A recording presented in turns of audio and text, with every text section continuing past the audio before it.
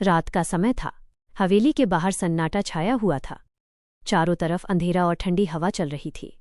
गुलाब सिंह अपने कमरे में बैठे हुए थे, लेकिन उन्हें अंदाजा भी नहीं था कि मौत उनके बहुत करीब आ चुकी है। दूसरी तरफ सूरज गुस्से से भरा हुआ हवेली की ओर बढ़ रहा था।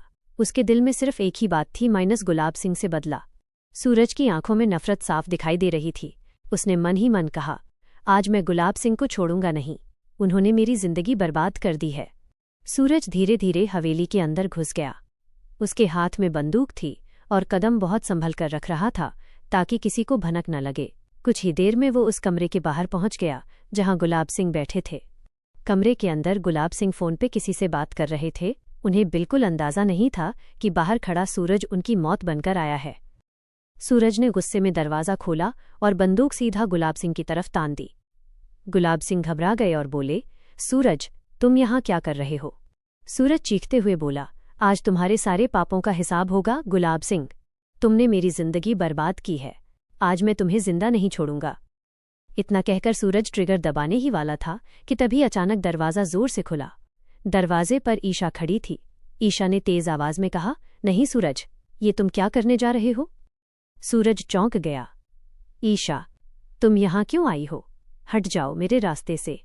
आज मुझे गुलाब सिंह को मारना ही होगा। ईशा जल्दी से दौड़कर गुलाब सिंह के सामने खड़ी हो गई और बोली, अगर तुम्हें गोली चलानी है तो पहले मुझे मारना होगा। सूरज हैरान रह गया। उसके हाथ कांपने लगे। ईशा, तुम अपने ही पिता को बचाने के लिए मेरे सामने खड़ी हो गई। ईशा की आंखों में आंसू थे। उसने कहा, सूरज, मैं जानती हूँ पापा से बहुत गलतियां हुई हैं, लेकिन किसी की जान लेना समस्या का हल नहीं है। अगर आज तुमने ये कदम उठाया तो तुम्हारी पूरी जिंदगी बर्बाद हो जाएगी। सूरज गुस्से और दर्द के बीच फंस गया था। उसके मन में बदले की आग थी, लेकिन ईशा की बातें उसे रोक रही थीं। गुलाब सिंह भी ये सब देखकर डर गए थे। पहली बार उन्हें अपने किए पर पछतावा होने लगा। ईशा ने फिर कहा, सूरज, अगर तुम सच में मुझे चाहते हो तो ये बंदूक नीचे रख दो। हमें सच और न्याय के रास्ते पर चलना होगा, न कि खून के रास्ते पर। कुछ पल के लिए कमरे में खामोशी छा गई। फिर धीरे धीरे सूरज के हाथ से बंदूक नीचे गिर गई। उसकी आंखों में आंसू आ गए। वो बोला, ईशा, आज तुमने मुझे बहुत बड़ा पाप करने से बचा लिया।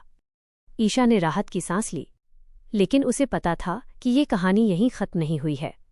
गुलाब सिंह के पुराने राज अभी भी सामने आने बाकी थे और आने वाले समय में ये सच सबकी जिंदगी बदलने वाला था।